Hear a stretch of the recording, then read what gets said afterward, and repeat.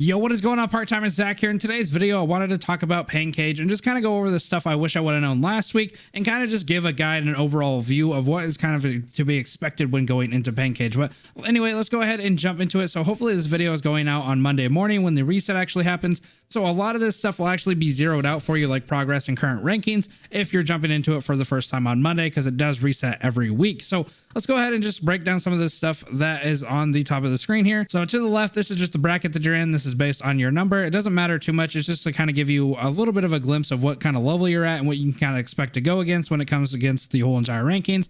The progress here is based on who you fight, how many times you fight them, what difficulty you're at, and just the overall premise of some different things that we'll jump into when gameplay arises, because it'll be a little bit more prominent and a little bit easier to explain at the end of that, because it does give you a detailed list of exactly what goes towards that progress. The challenge is you get 3 a day, and so the misconception here is that you get 3 a day even if you get defeated. That is not how it works. You actually get 3 a day, and if you get defeated or you retreat, that doesn't count as a challenge. So you can actually just keep going as long as you don't pass it. So if you pass it and you save it, that is what counts as a challenge. If you just kind of retreat because say you're getting your butt kicked or you had a bad start, or if you just get defeated and you lose, it doesn't count as a challenge. So just remember that when you're taking into consideration of how many challenges you have a day, it actually doesn't count until you actually pass the mission. And so that is just something I felt was really cool that they did, because they could have easily just been like, oh, you lost, and that counts as your challenge. So luckily they were able to do that. This is your current ranking. So a lot of you guys are probably at 0% right now if you're watching this on the reset. If you have a certain percentage,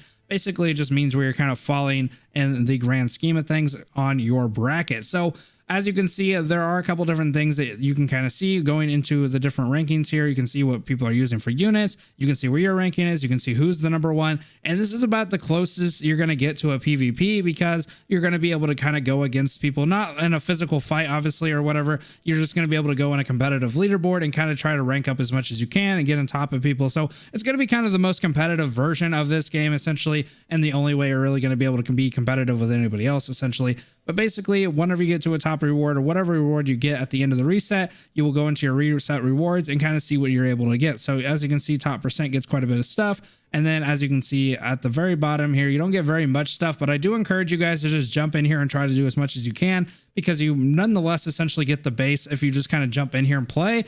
And because a lot of people just either aren't playing this game mode, they forget about it, or they just don't come in here because they don't think they have good enough teams. And so you can essentially walk away with at least a base price or a base currency anyway. And this is the currency that they use in the shop, which I will be demonstrating here in a second. And then each time that you go up on your level, remember this is player level, your overall level for your account. So say for example, you get to level 70, you just come in here and you just play a little bit, you get 24, which is literally the highest of the basic. So the person that is ranked number 1 on basic only gets 24. So if you have level 70 and you just come in here and fiddle faddle a little bit, you're already getting better than somebody who is trying really hard on basic. And so just keep that in mind. If you are a higher level, you just want to come in here and just kind of play as you can and get as many stuff as you can, obviously, for the rewards. Next, jumping into the shop, those are where those rewards are going to come into play. And this is where you get most of your shards for ranking up your characters. So essentially, if you have like a B Lucia, you can get her to A, you can get her to S, you can get her to SS. That is essentially what you need to do for, you know, the shards here. And that is how you get them. So this is actually a cool little area. The only thing that cannot be purchased are units that you do not have. So these are the units that I don't have, and that is why it's saying cannot purchase. Anybody else I have, my S Cam is chilling here. He is a little bit more expensive, as you can see. I'm guessing that's because of his rarity, but as you can see, it's kind of 5 across the bar. And this 83% off, I'm not necessarily sure if the deal goes away if they're all 30 at that point. I'm not necessarily sure if this is just like a limited time thing, as I could have only seen it for the last week. So I'm guessing on the reset, if this isn't the 80% off, it will be this 30 that's kind of crossed out here, which will be a little higher, obviously. But we can kind of go from that whenever, you know, that changes. I'm not necessarily sure what happens on the reset, obviously, because I haven't gotten to one yet. But let's go ahead and jump into this. So 2 of these characters, it doesn't necessarily matter who you start with, but what I recommend doing is if you get stuck on one, say for example, you can get all the way to the knight and you can do it, great, but you're stuck at it, you can't quite go on to chaos. Like me, I'm stuck, I can't go on to chaos because I just can't clear it. It's very hard. But if I get stuck there, then I went on to this one, and I've been doing this as I kind of progress and fighting the person that I need to kind of do to get further, essentially. But this goes to your overall progression here. So each time that you fight somebody, for example, you would have to start at test, because each stage is unlocked until you start the first one. So test to elite, elite to knight, and then knight to chaos. But as you can see, there's a progression bar here, and each time that I do one of these, we can get a little bit higher of a chance. Obviously, you want to try to get max if you can, but as you can see, some of these I can go back and do at any point in time. But all of them all together end up going to this, and then all of these ones also go together to go to this. So that is your overall ranking for both of these. And so why that's important to kind of divvy the resources that you have for attempts. If you're getting stuck, don't just keep trying to do the one attempt. You can definitely go over there and do something else. But then the next thing to keep in mind, and this is the part that I made the huge mistake. Okay, so this is the part that I made a very bad mistake, and that was deploying my units. I didn't think that this AP thing, I didn't even see it, to be honest. And because right here it says deploy at least 2 constructs, and I was like, okay, why would I only do 2 when I could definitely do 3, obviously, and run my team and just, you know, run the mission and be done with it.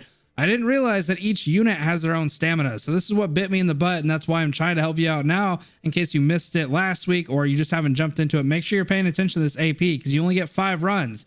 So you essentially get 3 attempts, obviously, but then you only get 5 runs with each person. So each attempt is counted towards their stamina as well. And again, that does apply to the same thing. So if you retreat, you lose, that does not count towards your AP. So just keep that in mind as well. It's only when you clear the missions, does it take that attempt, does it take that AP? So that's just something to take into mind. So obviously that is what matters when you're picking your team. So if you have a very strong team of 3, you kind of want to divvy them out a little bit so you can get progression and stuff like that. That is why I got stuck, because I didn't have another DPS backup unit. And that is why it's going to be pretty important to have a couple DPSs on your side, because Pain Cage just takes up all of those units and all those things. So that is just something to consider. You can auto these.